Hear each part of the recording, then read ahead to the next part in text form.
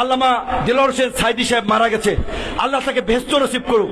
বারবার তার কথা মনে পড়ছে আজকে এই শেখ হাসিনার রেল লাইনের চুক্তি দেখে। তিনি বলেছিলেন কয় বছর আগে, প্রায় 30 বছর না 20-25 বছর আগে বলেছিলেন, আমি দেখতে পাচ্ছি বাংলার আকাশে উত্তর গগনে গাঢ় কালো মেঘ করেছে, এমন গাঢ় কালো অমানিসার মেঘ যদি সক্ষম ভাবে মোকাবেলা করতে না পারো, সুবে সাদিক হওয়া অসম্ভব।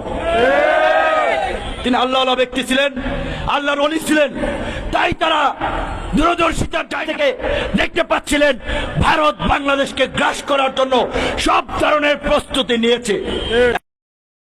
আমি দেখতে পাচ্ছি বাংলাদেশের ভাগ্য আকাশে উত্তর গগনে কালো মেঘ জমা হয়েছে, ঝড়ের পূর্বাভাস লক্ষ্য করছি।